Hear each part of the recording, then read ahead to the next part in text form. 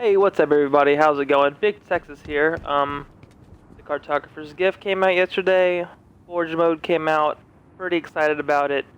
I'm gonna be talking in this video about some of the basics for Forge, and grouping, basic movement options, basic tool options to have, just simple stuff to help a novice forger get started forging with these new settings, because it does feel pretty weird for somebody who hasn't been map making for an extended amount of time like myself. I've been map making since Halo 3.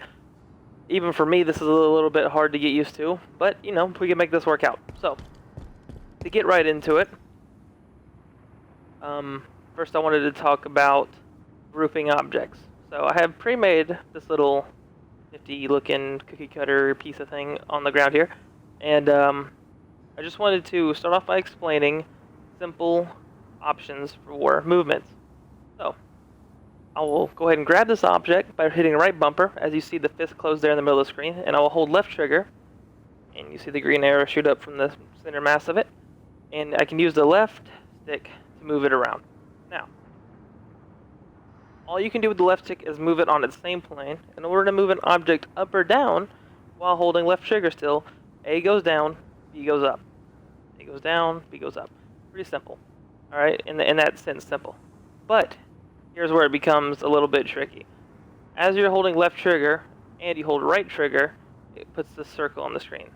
And the circle, at first, can seem a little bit daunting of a task to get used to or something. But before you even want to start rotating your items, you want to come with some settings that'll get you comfortable with how you want to be forging. Whether you're going to be making an asymmetrical map, an infection map, you know, a fun racing map, you want to have settings that are going to make your time easier for yourself. So, by hitting the X button, you can go down to your tool settings here in the Forge options. And all of these settings will be applied to everything that you do during your Forge session. And you can change them, obviously, to help with other things that you need to be doing. The first of them being magnets. Magnets were new to Halo 4 and introduced in there, and as you see, whenever I grab the object with magnets enabled, it puts these white dots around the object that act as magnets. So whenever I bring the object, you know, near another object with magnets enabled, the white dots will stick to each other, creating the magnet effect. And you can change the strength of the magnets. They vary. Me personally, I don't use magnets because I like to eyeball it more. I don't know. Apparently they're really good in this, but I still, me personally, don't use them. So these are my settings. I keep them off. Monitor speed, precision, normal. You can toggle this in-game by just clicking left stick. See, click left stick. I'm super slow now. Click left stick again. Back normal. Click it again. Slow. You can hold left stick and zoom fast. You go stupid fast. Holding left stick. But that's that. For some reason they put that in the options. I guess it's just to give you two ways to do it. The left stick is the way to do that. Then you have the display budget meter. That's at the bottom of the screen there. It's on, off, on, off. I keep this on just to know exactly how much I have to work with, how much I have left. The control helper obviously gives the controls there at the top left of the screen. Turn off, beginner, advanced, off. I'm going to keep it on beginner for the sake of I'm still learning myself. This has only been out for one day. Display boundaries. I'm pretty sure, I'm not 100% sure what this means per se, like the display boundaries. Changes the behavior for when object boundaries are shown, forces the boundary volumes to display on all objects. So I'm either assuming that that's the outline that we're seeing now, but whenever I turn it off, like I said, I'm still learning myself, don't know that option. But we're going to move on down. Then we have the movement translation. Now, this setting is really good for people like myself who don't like using magnets. This is precision moving, because magnets don't work the best for phased items, and I do a lot of phasing. And if you don't know what phasing is just moving an object through another object. So if I was to put this on an object, and it gives you 1/8 of a foot, 1/4 of a foot, half foot, 1 foot, 2 feet, 4 feet, and it has the Z5 fixer, which is 0.001 of a foot. So, with this off, with it on none, I can move this object pretty freely.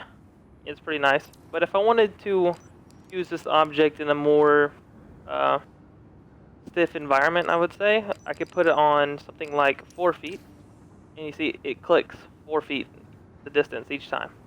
Click, click, click 4 feet. And if you're trying to get super duper precise on it, you can go to the Z Fight Fixer and it will move it so slow. It hurts. Look at, oh. It takes you about a second to go 0.10 of a meter, so that's really good for like precision. You wouldn't want to see trying to drag this back to its original spot would be a pain if that was always on.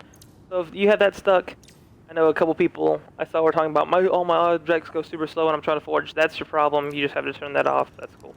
When you have your rotation snap set to 45 degrees, 60, 90, 180, none, half a degree. Put half a degree in here? Dang. I didn't even know that one. 1 degree, 5, 15, 30. But I like 45. Like I said, I'm a symmetrical map maker. 45 degrees works great if you're making symmetrical maps.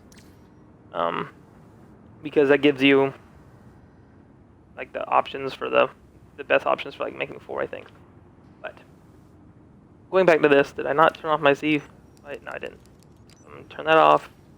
When moving objects, I'm holding left trigger now. This will allow me to move. When I hold right trigger, the red circle is going to be your left and right, and the blue circle is going to be your up and down. So if I hit up right now, you would twist it upwards. Go back. If I move it to the right, it's going to rotate the circle. Now, whenever you're holding just right trigger and not left trigger, it gives you different options. See, blue is up and down still. Red is left and right still. But left and right for the red here is moving it on a completely different axis. This is basically flipping it, whereas if I was holding this one, see now the blue is on the up and down, the blue would be rotating it around.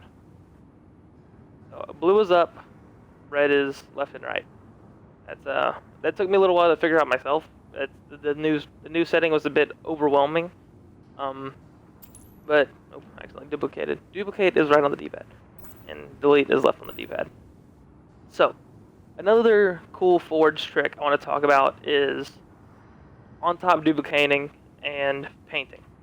So when it comes to duplicating an object, if I was to duplicate this object right here, boom, it'd be right here in front of me.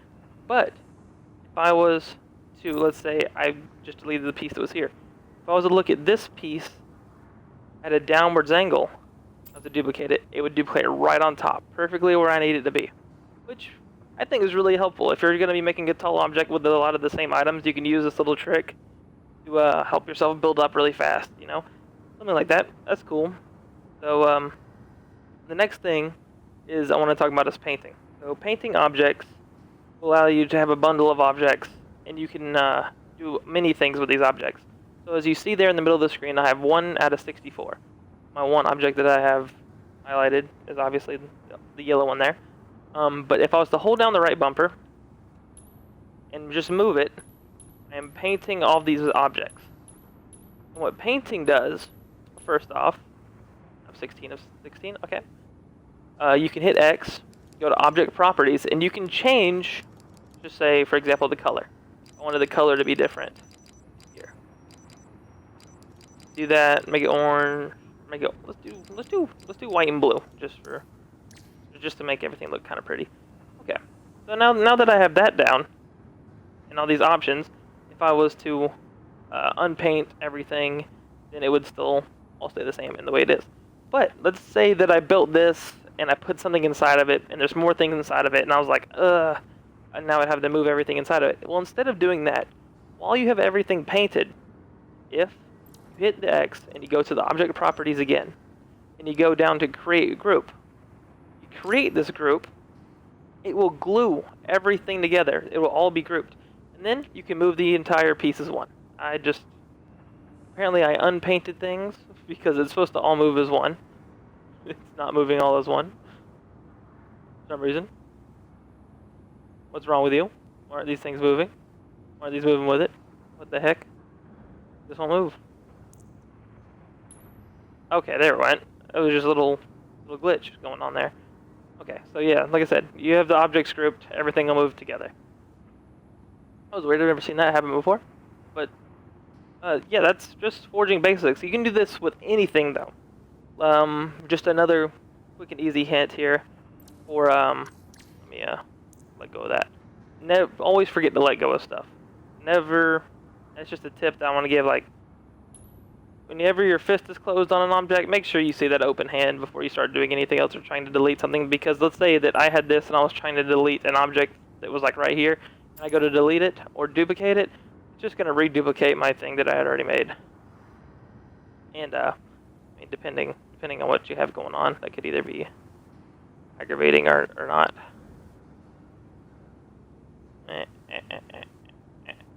Whatever. Just get rid of it. Okay. So, talking about the grouping and spawns as well. I was to go to gameplay, go to spawning, spawn point, initial. I'll just work on it with initials. And the same settings that I'm going to show you also apply for regular spawn points, just so I don't have to do it twice. If I was to make quite a few of these. Okay, that might be too much.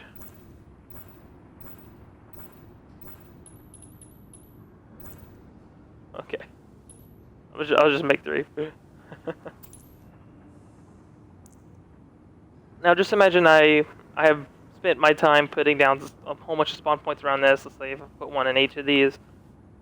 If I was to come down here and I was to do the same thing that I did to move this entire object, I was to paint these 3 things together, I would be able to go into the option properties, and I'd be able to select the game modes that I want these spawns to be associated with. So first Slayer, include it for Slayer, include it for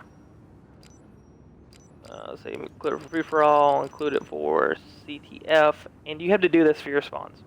This is super important. If you're wondering why your spawn system doesn't work on a map, it's probably because you just don't have your game mode labels set up right on your stuff. Which would mean you'd have to go into your Forge, set up your game mode labels, go back, test the map. Forge is a lot of testing. Map making is a tedious process, but it feels really good once you get it done. And I'll do everything in my ability to put out more and more of these tip videos. I plan on uploading at least 3 of these a week as I continue to learn myself and new tricks, neat things to build. I'll be showcasing maps, but I'll talk about that more at the end of the video. But say I'm just putting some things on here for this. Now that I have this, if I was to want to move them, I could move them as a group as long as they're all highlighted together, which is nice. You don't have to actually create a group. So let's say that I wanted to move that first one here, I could let go of that one, and I can move this one over here, and then let go of that one, and then move this one over here where I want it to be. And I could let go of it. And there's 3 spawns set up all with the same settings. Another thing that you can do with spawns, and this is for people who are setting up team-based game variants. If you're working on free-for-all, you don't need to worry about this. But for team-based game variants, if you have your initial spawns painted here, hit X, go to Object Properties again, and go down to Team. You have Team Neutral right now, which means anybody would spawn there. And then you have Team 1 Defender, which is the red team, and Team 2 Attacker, which is the blue team, which is most of the time the only teams you need. You can keep going on Team 3, 4, 5, 6, 7, 8. Those just range through all the different colors of team. And that's how you set up team spawns. But Forge mode is a lot of fun, and as I was saying a moment ago, I do plan on doing more and more of these videos to help people understand the new Forge mode. I understand that it is it is a lot to learn at the moment because it is new. But I feel that whenever everybody starts to finally get the hang of it, everybody's going to be able to make more precise maps than we ever have been able to before. Especially with all the new sound options and all the new like buttons they added, and all the new settings and all the new like light switches and like the way you can customize lights, and everything has its own color. I'm going to be diving down more into all of these things in separate videos explaining how everything works. So leave a like and a subscribe. This is going to be my first video going on my channel as well. I plan on uploading these Forge videos a lot. If you like this video, I'm just going to keep building on this. Everybody, I'm going to be learning at the same time I'm going to be putting out these videos. So if you want to hop on my channel, learn with me, tell me something in the comments that, I might not know or you see that I missed.